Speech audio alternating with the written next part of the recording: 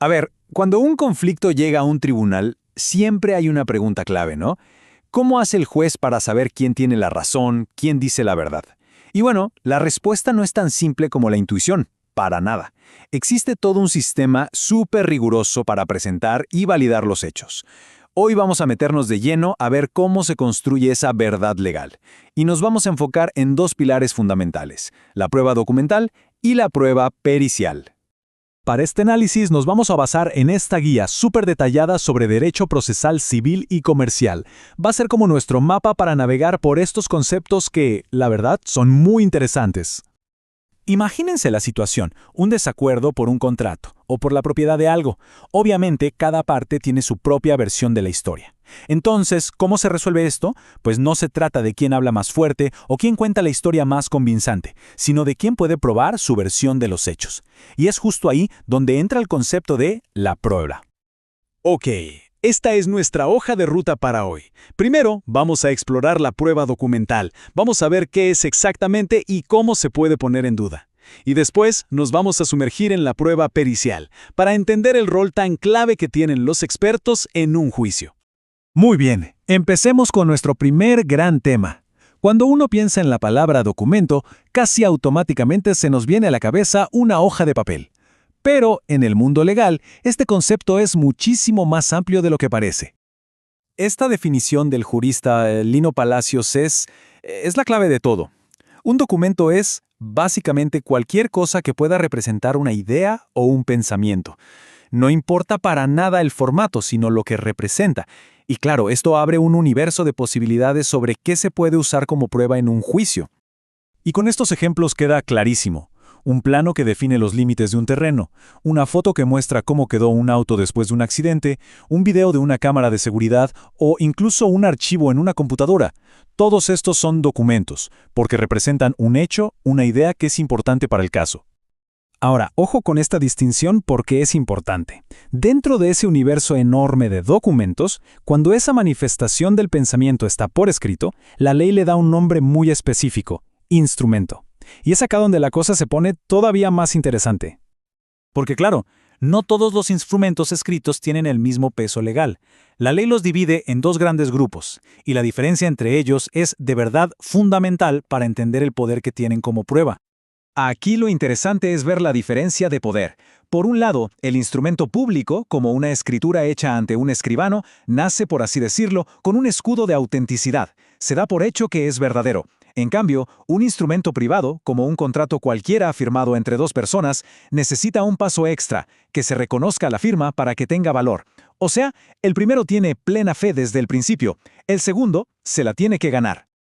Y es que, al final, el punto central en los instrumentos privados es la firma. Es como el sello que conecta a una persona con lo que está escrito en ese papel, con su voluntad. Si la firma se reconoce todo lo que dice el documento. Es, digamos, el ancla de su validez. Pero bueno, la vida real es complicada. ¿Qué pasa si una de las partes dice que un documento es falso? El sistema legal, por supuesto, tiene mecanismos para desafiar la validez de estas pruebas, tanto para los públicos como para los privados. Para atacar ese escudo de autenticidad de un instrumento público, no alcanza con decir «eso es falso». No, se necesita un proceso súper formal y específico que se llama redargución de falsedad. En esencia, es como un juicio dentro de otro juicio, solo para demostrar que ese documento no es genuino. El proceso es muy estructurado. Primero se señala la supuesta falsedad en el juicio principal. Después hay un plazo bastante corto, de 10 días para empezar una demanda específica de redarguición. Es el mismo juez quien se encarga de todo y al final resuelve las dos cosas al mismo tiempo. Decide si el documento es válido o no y cómo eso afecta al caso principal. Ahora, con los instrumentos privados, el camino es distinto y por lo general más directo. Si una parte simplemente dice «esa no es mi firma», toda la atención se centra ahí. Y esto automáticamente dispara la necesidad de llamar a un perito calígrafo, que es un experto en analizar escrituras, para que determine si la firma es auténtica o no. Y esto que mencionamos nos lleva de la mano a nuestra segunda gran área del día. Hay veces que los hechos de un caso tienen que ver con conocimientos que van mucho más allá del derecho. Pensemos en medicina, ingeniería, contabilidad. Es en estos momentos cuando el juez necesita, sí o sí, la ayuda de un experto. La prueba pericial es básicamente un puente. Un puente entre un campo técnico súper específico y la sala de un tribunal. El perito no decide quién gana el caso, para nada. Lo que hace es darle al juez las herramientas, los conocimientos técnicos, para que pueda entender bien los hechos y tomar una decisión informada. Por ejemplo, un médico que explica la gravedad de una lesión o un ingeniero que determina por qué se cayó un edificio. Y el rol del perito es algo muy serio, lleno de responsabilidades. No es solo dar una opinión y ya.